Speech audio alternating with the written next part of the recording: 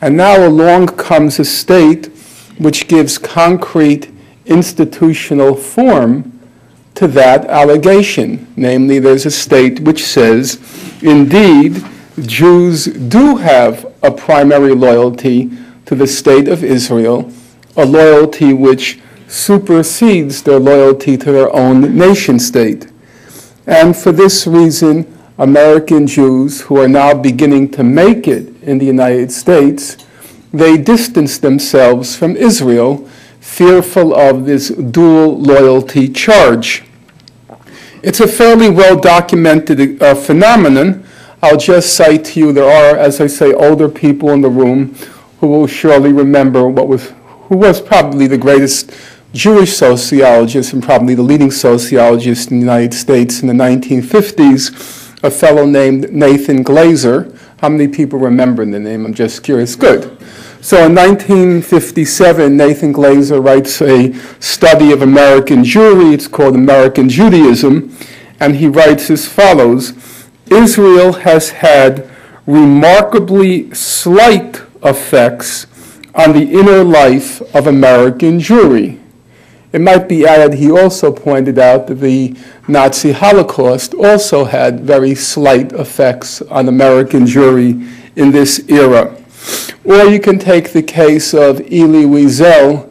As late as 1967, he was asked by the Israeli newspaper Haaretz, how do you think we can reach American Jews and American Jewry, which seems to be assimilating so much?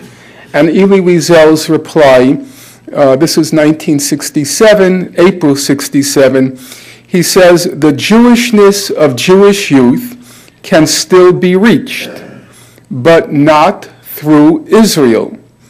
Perhaps through the problems of Jews in Russia, perhaps through questions about the Holocaust, but not through Israel.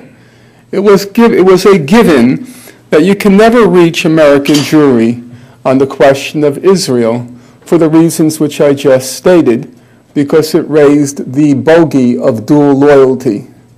Well, something dramatic happens, a dramatic change occurs in June 1967. After Israel inflicts a crushing defeat on Arab nationalism, the defeat inflicted on Nasser in Egypt, Israel becomes a strategic asset of the United States. That was the terminology that was, and to a large extent still is used. It becomes a strategic asset for the United States.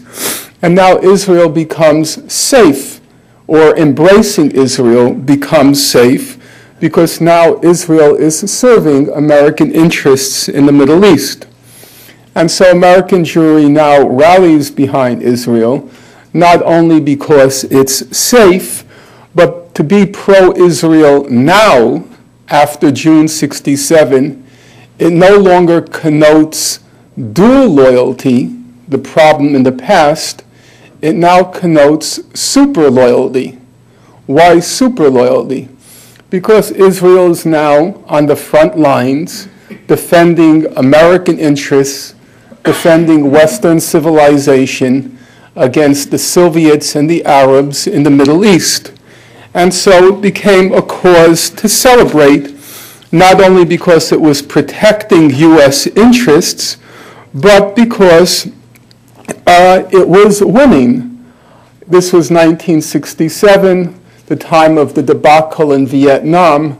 While our American soldiers are being defeated in Vietnam, the Israeli, the Defense Forces, the IDF, is inflicting massive defeats on the Arab world.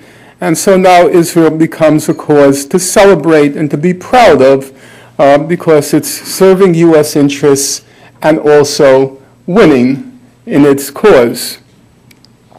And so now, after June 67, obviously it's a very different scene, the scene which I suspect most of you in the room remember, when Israel becomes a main cause of American Jewry.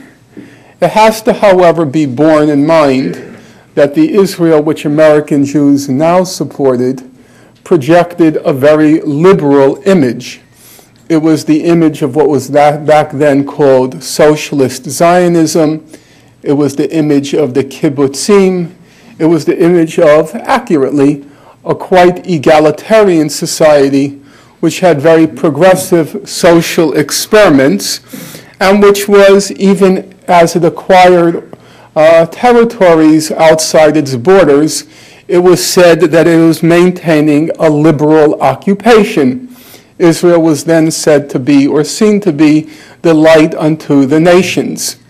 Well, now 2 decades, or in fact 4 decades down the line, things have obviously changed radically. Whereas in its initial decades of its occupation, Israeli policy appeared to many defensible on basic ethical principles. Indeed, the Israeli occupation was said to embody these principles. Now, such a defense is no longer tenable. The era of the beautiful Israel has passed, and the new Israel has become almost or nearly indefensible for American Jewry. And it's become indefensible for a fairly obvious reason. American Jews are overwhelmingly liberal in their political allegiances, in their political and moral convictions. In the last election, 78% of American Jews voted for Barack Obama. Apart from African Americans, no other ethnic group even approached them. Any privileged ethnic group in the United States, actually more Jews voted for Barack Obama than even Latinos voted. I think Latinos, it was 75%. Jews, it was 78%.